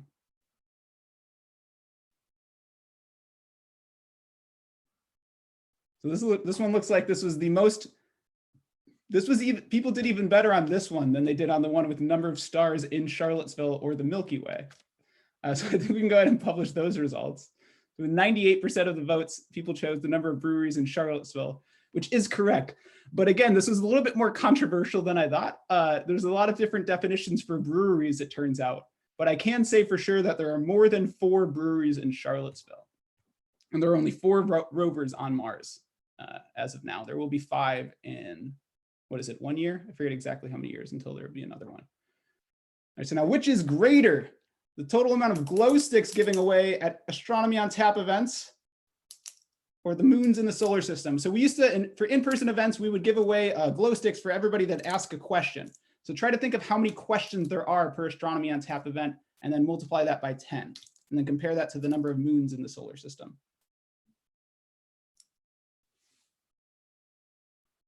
Do you guys like how I had that glow stick just at the ready? It's almost as if I was prepared for this. Actually, maybe I'll put it around this guy.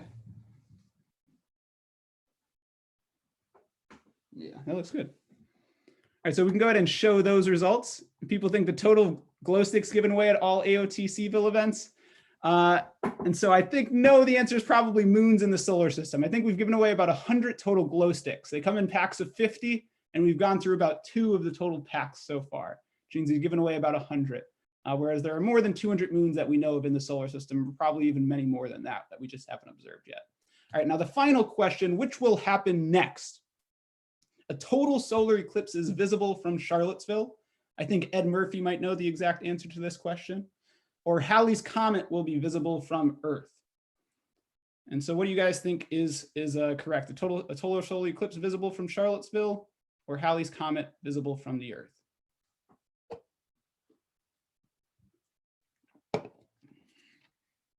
So I was actually able to see the total solar eclipse that came through North America.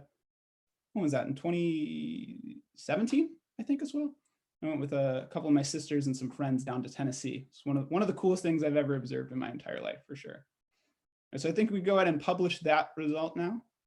People think a little bit closer, about 60% of the vote, Halley's Comet visible from the Earth, and that would be correct. And so Halley's Comet is going to be visible. And what I hear is supposed to be its least spectacular showing in a couple hundred years in 2061. It's usually a comet people can see once in their lifetime. And then the next total solar eclipse visible exactly from Charlottesville will be on September 14th, 2099. So if you happen to stick around from then, you won't really have to be traveling that far. And hopefully I'm not still working on my thesis then. Hopefully I will have completed it by then, but I can't say for sure if that's going to happen. But yeah, so anyway, so we're going to turn now to our final speaker of the night. Get away from the silly stuff, although maybe Trey has some silly stuff planned for us. And that final speaker is going to be Trey Wenger.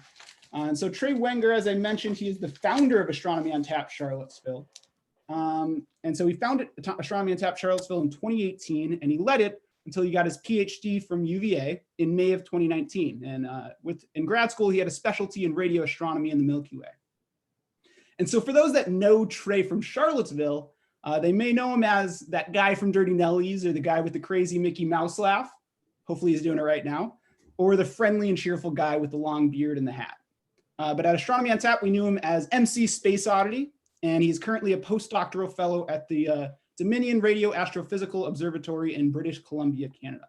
And today he'll be talking about fast radio bursts, things that go bump in the sky. And so I'm going to go ahead and stop sharing my screen and go pass it off to Dr. MC Space Odyssey. And so you can go ahead and start sharing your screen, Trey. And I will turn my video off. Awesome. Thanks a bunch, Matt. Thanks for the invitation to talk today. Thanks everybody for tuning in. It's fantastic to be giving a talk at Astronomy on Tap Charlottesville again. I wish I could do it in person, but being able to virtually attend means that I can tune in all the way from out here in beautiful British Columbia, Canada. So special thanks to the organizers for putting this together. I know putting together virtual events like this can be quite a challenge. And an extra special thanks to Matt for organizing all this stuff while trying to finish up his PhD dissertation. I can attest to how difficult of a challenge that is. So good for you, Matt, for doing that. And thanks again. So today I wanted to talk about something that's completely different than the research that I work on, but it's relevant to the place that I work at now. And so we'll get to that a little bit later. But the objects that I'm going to talk about today are called fast radio bursts, these mysterious bursts of radio light that are coming from outer space, probably, that have kind of stumped astronomers over the past few years. So I'll give you a little bit of history and tell you all the fun things that we're learning about fast radio bursts. But first, let me give you the list of the spookiest jobs according to me. So coming in at number 4 on the spookiest jobs is definitely Ghostbuster. I saw somebody in the chat saying this is going to be their Halloween costume this year, and that's going to terrify me. Ghostbusters have a spooky job. They have to bust ghosts. Ghosts are pretty spooky, but even spookier than ghosts are definitely giant marshmallow creatures that are roaming New York City. Those seem pretty spooky to me. So I think Ghostbusters have a pretty spooky job. I think the third spookiest job is definitely clowns, because clowns have to deal with children, and children can be pretty spooky. I mean, clowns are pretty spooky all by themselves too. Imagine you dressed up in a clown costume, but forgot that you were in a clown costume. And then you go into the bathroom and look in the mirror, and then there's a clown staring back at you. That'd be pretty terrifying. So I think clowns have the third spookiest job, definitely. But the second spookiest job almost certainly is astronomers. And that's because a lot of people are afraid of the dark, and astronomy, visible light astronomy, optical light astronomy, traditional astronomy happens at night. It's a pretty spooky job inherently. So for example, here's a picture from the inside of McCormick Observatory in Charlottesville, taken at nighttime while we were using the telescope. It's pretty dark, can't see anything. That's pretty spooky. But we also study some pretty spooky things, some spooky things that are also dark, like dark matter. Doesn't give off any light, it's dark, it's pretty spooky. We study other spooky dark things that are even spookier because they're terrifying. Things like black holes. Nothing gets scarier than a black hole. So here's a picture of a black hole. It's also pretty dark and spooky. So I think it's safe to say that astronomers have one of the spookiest jobs out there. So if you're going to dress up as anything for Halloween, maybe you should consider next year to dress up as an astronomer. But the spookiest job, I think, is definitely radio astronomers. Because radio astronomers do all these things that regular astronomers do. We study these dark, spooky things. Sometimes we have to stay up late at night and it's dark and spooky. But not only all of that, we use a kind of light. We the light that we look at when we're a radio astronomer isn't a kind of light that our eyes can even see. We look at radio waves. So if you look at the electromagnetic spectrum, all the different kinds of light that there are, it goes all the way from gamma rays to radio waves. The visible light, the kind of light that we can see, is only a small fraction of all the light that's out there. And so if we're studying radio waves, that's a kind of light that we can't even see. So now we're studying these dark and spooky things, these terrifying things, with a kind of light that we can't even see. Doesn't get spookier than that, in my honest opinion. Another reason that radio astronomy is pretty spooky is that sometimes you don't find the thing that you were looking for until long after it. So for example, if you go to an optical telescope, if you go up to the McCormick Observatory during a public night, for example, you point the telescope at something, Saturn, for example, and you look through the back of the telescope or you hook a camera up to it and you can see Saturn right away. You can take a picture of Saturn right away. For, Astronomical research, sometimes it takes a little while to tune the data and pull out the features that you're looking for. But still, typically you can get, an idea. You can see a rough copy of the photograph, or you can look through the telescope and see what you're looking at right away. That's not true with a radio telescope. So here's a picture of, on the left, this is a picture of the Very Large Array. This is a radio telescope in New Mexico. And with a radio telescope, you don't get that instant gratification of looking through the telescope to see what you're seeing right away. There's no place to put in an eyepiece to look through a radio telescope. What happens is those data that the radio telescope are collecting get saved onto a computer and sent to you, usually within a day or so. But then you're busy, you've got other projects you're working on, you're trying to finish your dissertation, you're on vacation, who knows what's going on. So you don't have a chance to look at those data for a while. So sometimes it can be several months or even a year before you have a chance to take those data that the radio telescope collected and turn it into an image, like this one on the right here of a radio galaxy called 3C75, very unoriginal name. And the color here is showing you the brightness of the radio light coming from this galaxy. And this brightness here, in fact, is caused from jets that are being spewed out by a supermassive black hole at the center of the galaxy. Pretty spooky. But maybe this image takes a few weeks or months or longer to generate. You didn't have a chance to look at the data right away, so you don't know what you're going to see when you take the data from the telescope and you turn it into a picture. I'm always afraid when I do it. I'm always afraid I'm going to see something like this. How terrifying would it be to sit on some data for a few years, finally get a chance to look at it, and you see the Death Star looming towards you? Pretty scary. And if you're Jodie Foster, you're even more scared that you're going to plug your headphones into the telescope and start hearing pulses of prime numbers coming from outer space. And then you're going to be glad that you listened to Nadia's talk a little bit earlier. I should point out while I'm showing this picture that you don't plug your headphones into the radio telescope. That's not how radio telescopes work. So even if you plugged your headphones in, you wouldn't hear anything. But anyway, radio astronomy is pretty spooky. That was the point of that little divergence there. But astronomers study pretty spooky things. And I think the spookiest thing that astronomers study are these things called astronomical transients, things that go bump in the sky. These are things that happen fast. A lot of things in astronomy don't change very rapidly. The stars rise and set at this, it's the same every single day, more or less. So nothing really changes. It's the things that change on fast timescales, the things that humans can see change. Those are the really exciting things. So for example, solar eclipses, like Matt had talked about before. These are exciting. These are things that happen in minutes that we can watch the sky change right before our eyes. And of course, people back in the day used to consider these bad omens. So they must be pretty spooky. But then there's also things like comets. This is a picture of comet Neowise from earlier this year. Again, something that happens pretty fast. A comet comes and goes over the course of a few weeks or a month or so. And back in the day, people thought these were bad omens. So pretty spooky, especially if you don't know what it is. There's really exotic, energetic, spooky things like supernovae. When a massive star, when a star that's much bigger than the sun dies and it explodes into a brilliant flash of light and energy that we can see in galaxies halfway across the universe. Pretty spooky, but pretty cool because they happen on pretty short time scales. But then finally, I think some of the coolest transients, the coolest things that change rapidly in the sky are these things that we've been hearing a lot about in the news recently. You might have heard of gravitational waves, these ripples in the fabric of the universe that we're able to see now coming from two black holes colliding into each other, or two neutron stars, these really dense stars colliding into each other. And as they do so, they send out waves of gravitation, ripples in space-time that we can detect here on Earth. So these have been getting a lot of press lately, especially since we've started detecting these events in other ways, not just gravitational waves, but we can actually see light, visible light coming from these objects when they merge together. So this is kind of a really new and interesting and exciting transient phenomenon that we've discovered.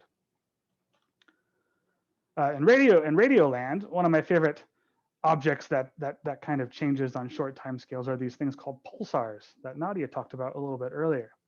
So these are neutron stars, which are the remnants of a massive star when a star that's much more massive than the sun, blows up in a supernova, it can leave behind the core of the star, which is a very dense object that can be as massive as a whole sun condensed down to the size of New York City or something. These are these things that we call neutron stars. And sometimes you get a neutron star that spins really rapidly. It can spin around once a second, or hundreds or thousands of times per second, in fact. And then some of those objects spew out light and energy and radiation away from the neutron star. And if you're lucky, that spewing, that jet of energy, that jet of light that the neutron star is spitting out will point towards the Earth once in a while. And so imagine this is a picture, this is a cartoon, an artist representation of a pulsar. Imagine the sun was over here along the direction of this radiation beam.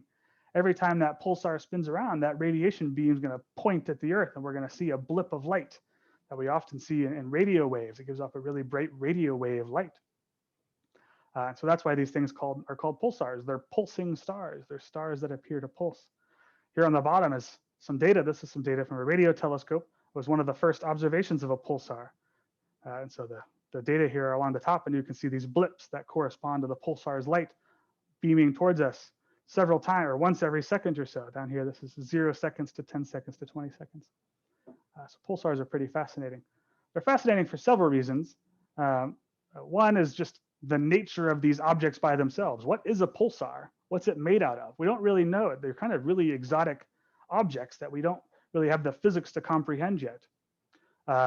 They're really good clocks, it turns out. The way that they spin, some pulsars are better clocks than the best atomic clocks that we can make here on Earth. They spin with such regularity that we can use them as very accurate clocks. And so we can search for really crazy things like gravitational waves, where there's ripples in space-time that are causing these pulsars to move around, and we can see that motion due to variations in the time that we're measuring from these pulsars.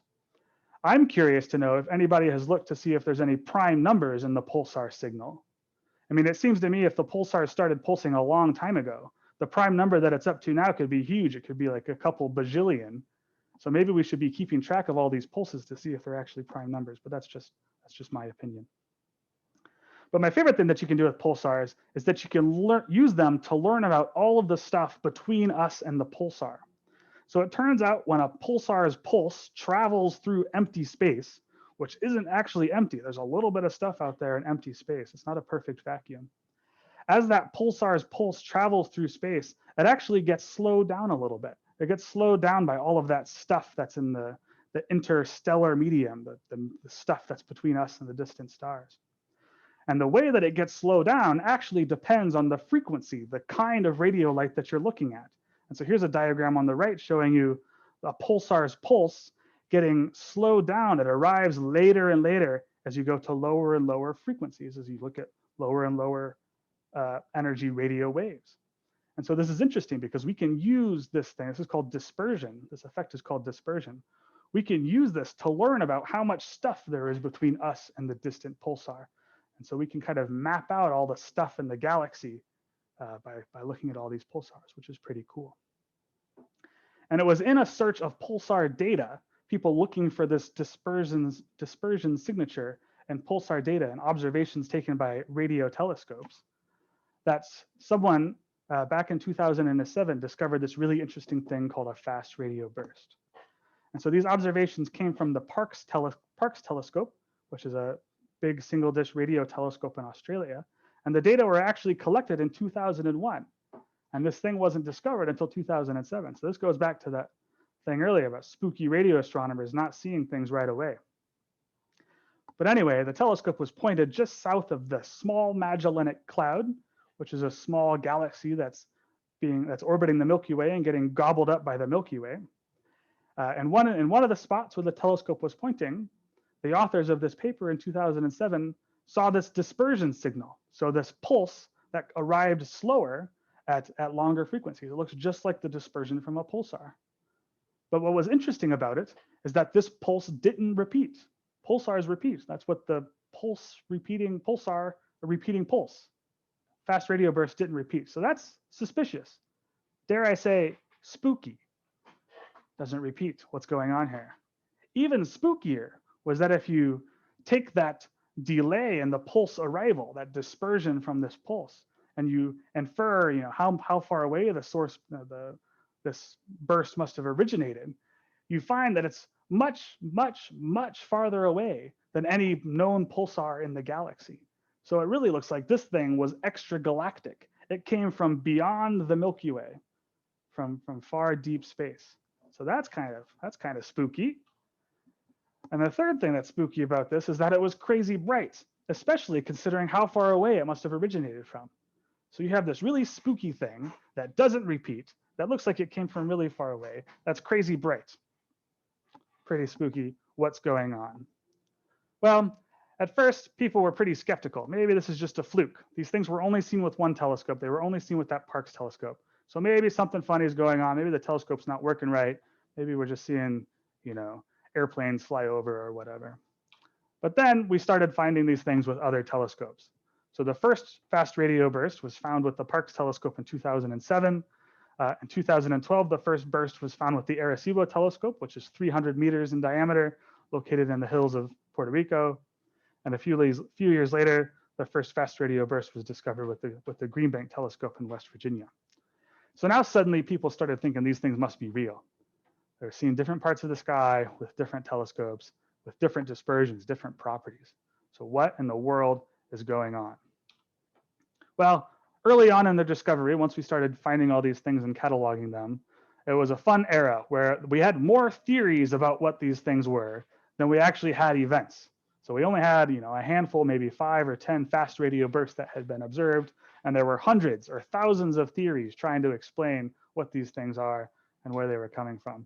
So some of the ideas were they were supernova events. When a star blows up, maybe it just gives off a bunch of radio waves, and that's what we're seeing. Maybe it's from black holes or neutron stars merging, just like we see the gravitational waves. Maybe these fast radio bursts are coming from the same event. Both of these, what these two have in common is that they're cataclysmic events. They only happen once. A star only blows up once. A black holes only merge once. And so you would expect to see one burst and then it wouldn't repeat. You wouldn't see any bursts again. But there were some other theories like exotic emission coming from neutron stars and really special neutron stars called magnetars, which are neutron stars that have really, really strong magnetic fields, way stronger than what we can create here on Earth. So there were all kinds of crazy theories, and then of course there were people that thought maybe it was aliens. So what's going on? Well, we learned a lot from this one fast radio burst that was discovered in 2012. There's its name. It's got a really boring name that just tells you when that fast radio burst arrived. This was actually the first fast radio burst that was discovered by the Arecibo telescope. And one of the downsides about doing radio astronomy is that we don't have a very good resolution of the sky. Radio telescopes see a really big chunk of the sky at once. So here's an example. This is a picture of the sky with visible light, the light that we can see. And then that circle is showing you the size of the sky that Arecibo sees at once, that this telescope sees at once. So it knew that this fast radio burst that it had found came from somewhere in this patch of sky, but that was all it could tell us. And there's all kinds of stars and galaxies and stuff in this patch of sky. So figuring out where it came from was a lot harder. And it's hard to use smaller telescopes or better telescopes that can give you a smaller field of view on the sky that can pinpoint things on the sky that's better, because they can't see as much of the sky at once. Finding fast radio bursts is hard. You want to kind of look at the whole sky and see everything to try to find these things. And so localizing it, trying to figure out where it's coming from is quite challenging.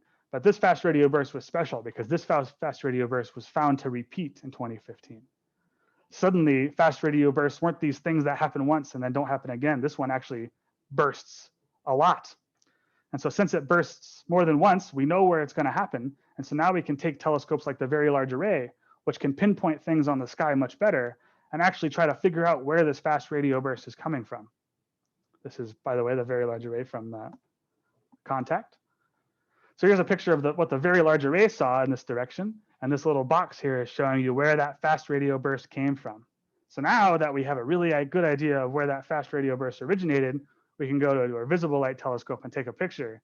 And we can see that the fast radio burst came from this little faint fuzzy splotch right there, which if we zoom in, it's this really faint little thing right there, which is a galaxy really far away from the Milky Way. So this was basically the first conclusive evidence that some fast radio bursts can come from other galaxies far away. And it was around this time that the CHIME telescope was being built and came online. So CHIME stands for the Canadian Hydrogen Intensity Mapping Experiment. It's located at the observatory where I work now, the Dominion Radio Astrophysical Observatory in Penticton, British Columbia, just a few hours east of Vancouver. And it's a really funny looking telescope. Here, I'll show it to you from a different angle. So it doesn't look like a telescope that we've seen before. This one looks like a bunch of cylinders that are sitting on the ground, pointing straight up. They don't move, they can't move, so they just see whatever sky is above them, but they're really big, so they're really sensitive.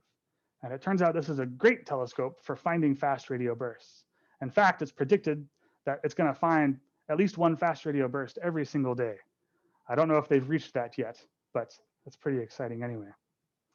And what we found with CHIME is all kinds of interesting things. For example, we found fast radio bursts that not only repeat, but they appear periodic. So for example, here's a graph that shows you the period when a fast radio burst was detected. It's where these red triangles are. Down here's the date, and everywhere there's a red triangle, that's when a fast radio burst was detected. And you can see that it happens fairly periodically. It's wherever one of these gray bars is. And it's curious that if you count out, if you look at this, okay, it bursted once, 1 is a prime number, 5 is a prime number, 4 and 1, that's 5, that's a prime number. That's 13, a prime number. Okay, I'm just pointing this out here. People who study fast radio bursts might want to follow up on this. So this was periodic FRB was discovered earlier this year, but we also discovered this year a fast radio burst that looks like it came from inside the Milky Way. So this was a fast radio burst that was detected by CHIME as well as a few other telescopes. And so it was able to be localized into the constellation of Sagittarius here. This is the burst as it looked. It actually bursted twice, 2 bursts. And it was found to originate from the exact same location as one of these exotic neutron stars, a magnetar, a really highly magnetized stellar remnant. That all we can tell, what looks like it happened is the magnetar burped or farted or something, and it gave off this huge burst of radio waves. Very spooky, if you ask me. So fast radio bursts are pretty interesting. This telescope at the observatory where I work is finding them all the time, but we don't really know what they are yet. We've got some ideas. We know that some of them repeat. We know some of them are periodic. They repeat on a regular interval. And we know that one, at least, comes from a magnetar, maybe, burping. But beyond that, it's not clear yet what these things are. So this is a pretty exciting and interesting field of research. But I think you'll agree with me that these things are pretty spooky. So I'll leave you with a picture here of beautiful Penticton where I live now, and I'm happy to take questions. Thanks again for letting me speak again. It's been a lot of fun. Awesome. Thank you so much, Trey. So you can go ahead, yeah, stop sharing your screen. I'm going to go turn my video on. I think people are starting to see that my alien friend is getting a little restless, threw his NASA hat on, maybe thinking about watching the Cowboys game, something like that. Might be missing the Cowboys game right now. But yeah, so anyway, so I have a question for you, Trey, then. And so this is actually from one of the chats. And so you mentioned some of the theories, but what do you think is the leading theory of what fast radio bursts are? Yeah, I don't want to speculate. I don't want to speculate. All right. Is it aliens? Nah, probably not. It's almost certainly not aliens. I think that probably what's going on is there's actually multiple things that can cause these bursts. Yeah. The fact that we're seeing them in different varieties, we're seeing some that repeat and some that are periodic. I think what's going on is there's actually different ways that you can make what we call a fast radio burst. So it's going to take some time to pin it down, but we know at least one mechanism now. We know that burping magnetars can cause a fast radio burst. So I'm curious then, are there any like correlations between, so like there's the repeating ones, right? Is there anything about like ones that we see more often in the Milky Way versus not? So we've only found one in the Milky Way, and that was earlier this year. That was the first and only one that we found in the Milky Way. That's insane. But it's curious because it was crazy bright, and it was as bright as we would expect those distant ones to be if they were in the Milky Way. So it's all kind of consistent. So if you took this Milky Way FRB and put it out in another galaxy, it would kind of make sense. It all works together. Really? Okay, cool. So so then, Dana White asked, you mentioned your research isn't on FRBs. What is the research you are working on? Yeah, so I study the structure of the Milky Way. I'm trying to make a map of our galaxy, the Milky Way galaxy, which is completely different. Although there's some tools that are similar. For example, you can try to make a map of stuff in the Milky Way using the dispersion of pulsars, which tells you how much stuff is between you and the pulsar. So if you can find all the pulsars, you can kind of map out where all the stuff in the Milky Way is. Okay, so we got another question from the Q&A now.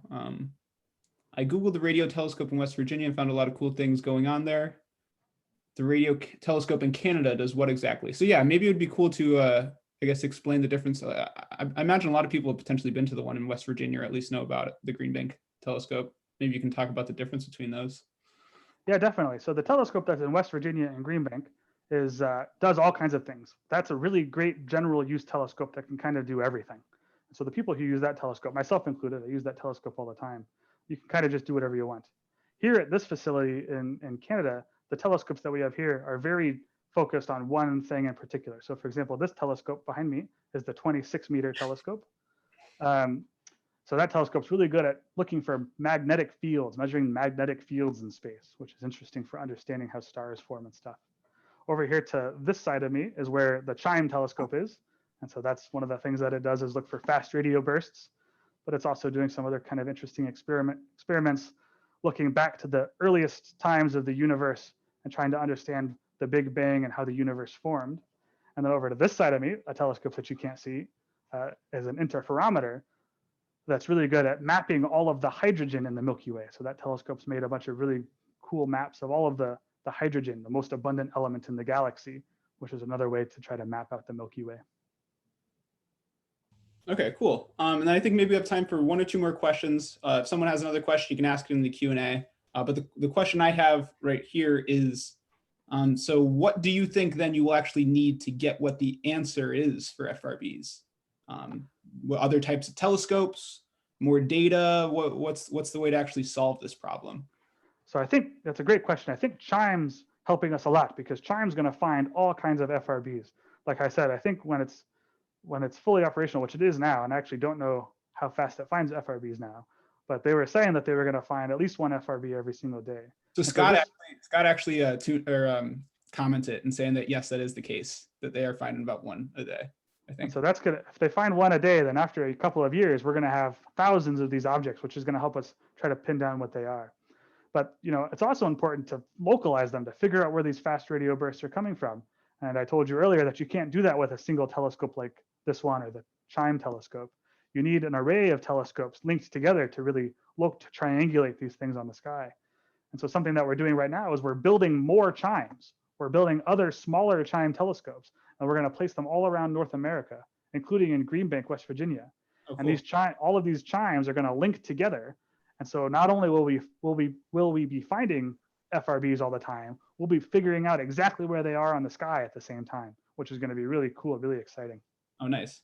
How often do people make the joke, like, can I just chime in at at the office, I guess? All the time. Yeah, okay. Dang, I'm not original then. All right, looks like there was one more question then. I think we'll call this one the last one. So it says there's a link between CHIME and Green Bank.